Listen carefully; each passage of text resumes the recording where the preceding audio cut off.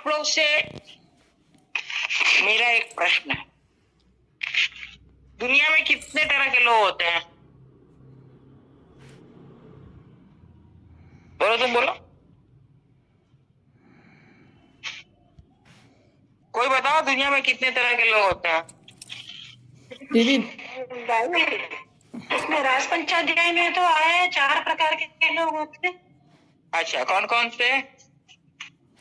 एक तो जो उनको प्रेम करते हैं, उनके बदले में प्रेम करते हैं, और एक सब में समान भाव रहते हैं, निष्काम भाव से रहते हैं, और एक प्रेम करने पे भी प्रेम नहीं करते, बदले में अच्छा व्यवहार नहीं करते, और एक किसी से प्रेम करते ही नहीं उनके अंदर में। यही शायद यही। तो जो किसी से प्रेम नहीं करते और जो सम रहते हैं, उनमें क्या फर्क हुआ?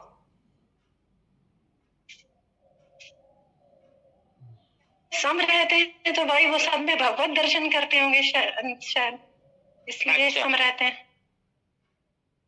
और जो किसी से प्रेम नहीं करते? भाई इतना मुझे पता नहीं। ये राजपंचायत है, ये वाला बिल्कुल सही है, ये तो झूठा हो नहीं सकता। हम आज जिस की बात कर रहे हैं नहीं सुन रहे हैं? हाँ भाई, आप अपने भाव से कहिए जो आपके हृदय में बात आ रही है। नहीं, ये सही है, बिल्कुल सही है, 4 तरह के लोग होते हैं, लेकिन हम आज उसके अलावा एक और सबका तो पर्याय होता है ना। हाँ हाँ भाई, वही कह रहे जो आपके मन में भाव आ। हम आज 3 तरह के लोगों की बात कर रहे हैं। जी भाई। एक परोपकारी, आज हम उसकी बात कर रहे हैं। जैसे एक होते हैं स्वार्थ परोपकारी, एक होते हैं स्वार्थी। ये वो जो श्री कृष्ण ने वर्णन किया है, वो प्रेम पथ के 4 तरह के लोग होते हैं। जी भाई, ये बात सही है। और हम जो वर्णन कर रहे हैं वो जगत के व्यवहार के लोगों की बात कर रहे हैं। जी भाई, जी भाई। इसलिए वो गलत हो ही नहीं सकता। ये मत मानना कि कहा है वो है प्रेम पथ। हाँ, वो प्रसंग दूसरा था। नहीं, प्रसंग दूसरा होके वो प्रेम पथ की बात है।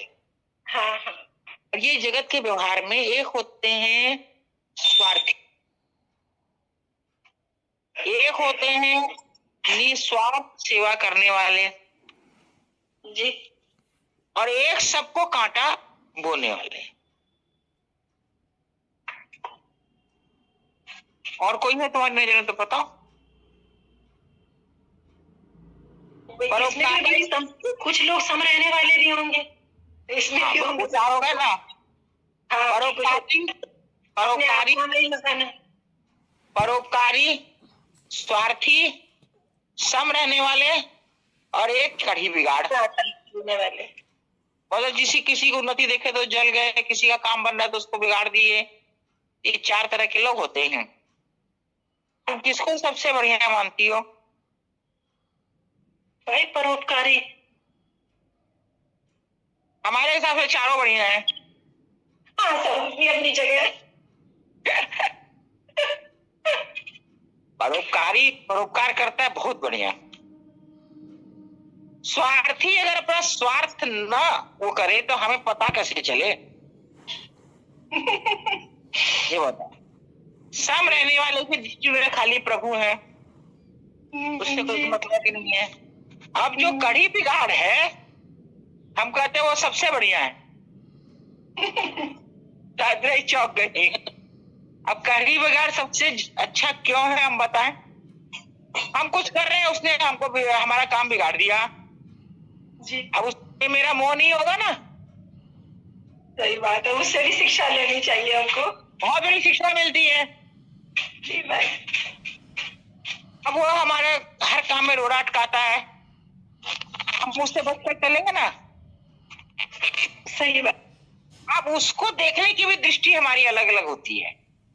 कोई ये दृष्टि से देखेगा कि प्रभु को ऐसी इच्छा है, कोई कहेगा मेरा प्रारब्ध है, कोई कहेगा इसकी आदत है, कोई कहेगा ये व्यक्ति तो जहां जाता है वैसे ही करता है। इस तरह लोग अपनी टीका टिप्पणी देंगे, पर इसमें फंसेगा कोई नहीं। जी वो सबके लिए समभाव रखने वाले बना देगा हमको। जी तो हम तो सबसे अच्छा उसी को समझते हैं जो हमारा हमसे प्यार करेगा, हम उसमें फंसेंगे। सही बात है। और इतना फंसेंगे कि मतलब समझ लो कि एक प्राण दो देह बन गए जो मेरा परोपकार करेगा। सही बात। जो हमसे द्वेष रखेगा उसकी तरफ तो हम देखना ही पसंद नहीं करेंगे। पर जो कड़ी बिगाड़ होगा उसको तो बार बार मेरे सामने आना पड़ेगा ना। उसमें जो प्रभु का दर्शन कर लेगा और जो उसके सामने आने पर उससे घृणा नहीं करेगा, उससे नाक मुंह नहीं सिकोड़ेगा, उसके प्रति व्यंग नहीं करेगा, उसकी निंदा चुगली किसी को नहीं करेगा, उसको प्रभु बहुत जल्दी मिलेंगे, बहुत प्यार करेंगे। क्यों? कि वो प्रभु को उस रूप में पाकर भी प्रभु का तिरस्कार नहीं कर रहा है। ये बहुत बड़ी साधना है। तो भाई वही वाली स्थिति ना कि किसी भी स्थिति में हमको दोष दर्शन करना नहीं है, जो पिताजी ने कहा नहीं है। दोष दर्शन नहीं करना है, किसी व्यक्ति से घृणा नहीं करनी है, किसी व्यक्ति का दोष नहीं देखना है। तो मेरी ये जो तीनों कसौटी है इसमें वो हमको खरा उतारने के लिए हमारे साथ ऐसा कर रहा है। सही बात है, हमको पक्का बना देगा। तो आप सोचो कि सबसे अच्छा तो ही हुआ ना। सही बात है। जो सम रहता है उससे किसी को मतलब ही नहीं है। सही बात। हम तो सबसे अच्छा उसी को मानते हैं जो कड़ी बिगाड़ है, जो काम बिगाड़ते रहता है, हमारे रोड़ा अटकाते रहता है, हम तो उसको सबसे अच्छा मानते हैं। भाई कभी कभी ये भी होता है जीवन में, थोड़ी देर के लिए हमको लगता है ये व्यक्ति हमको दुख दे रहा है, लेकिन बाद में जब हम शांत मन से सोचते हैं तो सोचते हैं इसने तो हमें प्रभु के नजदीक पहुंचा दिया। ये वही अपनी भाई जी ने एक जगह लिखा है, अपनी दृष्टि अपनी सृष्टि। तो हमारी दृष्टि अगर ऐसी है तो हमारी सृष्टि वही बन गई ना कि भाई थोड़ी देर के लिए तो भाई बुरा लगता है, बाद में जब शांत होते हैं तो लगता है कि इसने मुझे प्रभु के पास पहुंचाने में और मदद की। दुख तो थोड़ी देर के लिए लगा, हमें दिया। जिसको प्रभु से मतलब होगा वही ना सोचेगा। जी भाई। हम लोग जो हम जिस रास्ते पर चल रहे हैं हमें ये सोचना चाहिए कि ये हमारा सबसे बड़ा शुभचिंतक है। निंदक नियरे राखी आंगन कुटी खवार, बिन पानी बिन साबुना सहज मैल डूब जाए, कबीरदास जी ने कहा है ना। अब मेरे जैसा व्यक्ति जो है साल में एक दिन दो दिन भी साबुन नहीं लगाता हो तो उसका तो मैल अपने ही धुल जमा ही रहेगा, धुलेगा कहां से। लेकिन जो साबुन लगाते हैं तो उनको तो खर्चा करना पड़ता है ना, साबुन लाना पड़ता है ना, ये गिराओ ना। और जिनको साबुन है ही नहीं, हमारे जैसा व्यक्ति को तो क्या करें। लेकिन साबुन जो लगाते हैं तो उसका पैसा लगता है। वो व्यक्ति तो ये साबुन लगा के हम अपने ऊपर के चमड़े को साफ कर रहे हैं, जी ठीक है, और वो हमारे अंदर को साफ कर देता है। इतना बड़ा फर्क है। अब वो मेरा हितैषी हुआ कि कौन मेरा हितैषी है? सबसे बड़ा हितैषी तो वही हुआ जो हमें हमेशा साधन पथ पर आगे बढ़ा रहा है। ठीक है। उस व्यक्ति को तो हमें भगवत तुल्य मानना चाहिए। हम ऐसा कर नहीं सकते क्योंकि मेरा अहंकार हमको ऐसा करने से हमेशा रोकेगा।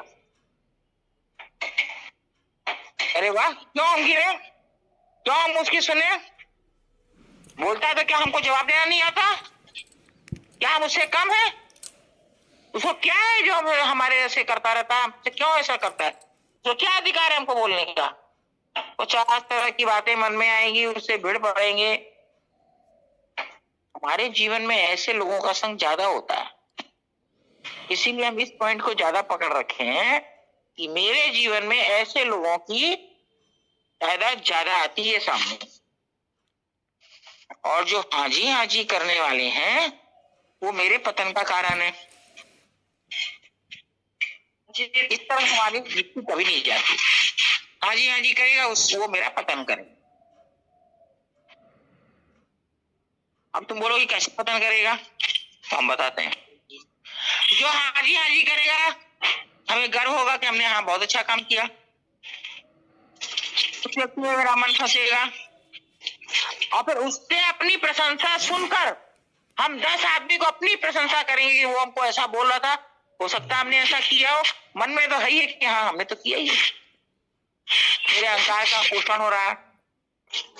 सही बात है। तो मेरा हाजी हाजी करता वो मेरा सबसे बड़ा दुश्मन है। ये दृष्टि हमारी बनती नहीं है, चाहकर भी नहीं बना सकते। और ये दृष्टि बनाए बिना हमारे साधना की कसौटी पर हम खड़े उतर नहीं सकते।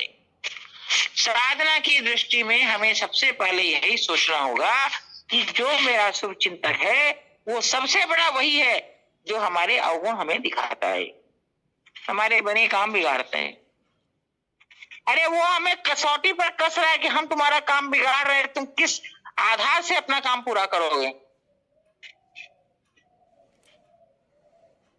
क्योंकि हमें आधार चाहिए ना काम पूरा करने के लिए। अगर हम प्रभु का आधार लेकर चलेंगे तो हम कभी नहीं डिगेंगे, कभी हमारे मन में उसके प्रति राग द्वेष ईर्ष्या का भाव, जलन, उसकी निंदा करने का भाव कभी नहीं आएगा। कोई हमें कह भी देगा वो तो तुम्हारे लिए ऐसा बोलते हैं, अरे प्रभु वो हमें छान रहे हैं, हमें शुद्ध बना रहे हैं, खलास होना कर रहे हैं। ये भाव जब हमारे हृदय में प्रकट हो जाएगा, भगवान दूर नहीं, भगवान बहुत नजदीक। लेकिन भाई एक बात है कि जैसे तुरंत तो नहीं आ पाता है ये भाव, थोड़ी देर बाद जब मन शांत होता है तब आता है कि कोई बात नहीं भगवान इसको भी सद्बुद्धि दीजिएगा। ऐसा है आपके प्रेम में ये भाव जब हमारे एकांत में एक बार दो बार चार बार आएगा तो उसमें हम सोचे कि हमें ये अपने जीवन में हमेशा के लिए रखना है, तो फिर जब वो बोलेगा उसमें भी आने लगेगा, उसकी हम चेष्टा नहीं करते। लड़ झगड़ के बाद में पछताएंगे, यही मेरी गलती होती है बहुत छोटी सी बात, लेकिन ये इतनी बड़ी है कि हमारे अहंकार को ठेस लगाने वाली है। और जो मेरा अहंकार सांप की तरह फुफकारता है वो इसको स्वीकार करने भी तैयार नहीं होगा। आज के इस चर्चा में हम लोग इस विषय को गहन रूप से अध्ययन करें कि ऐसा मौका हमारे जीवन में कब कब आया और हमने उस समय में हमारे मन की स्थिति क्या रही, अपने ही जीवन का निरीक्षण करें और आगे ऐसा समय आने पर हमको तटस्थ रहना है, कैसे रहना है इसकी चेष्टा करें। इतना ही हमारे जीवन के लिए बहुत है। आज की सत्संग हम यही विराम दें।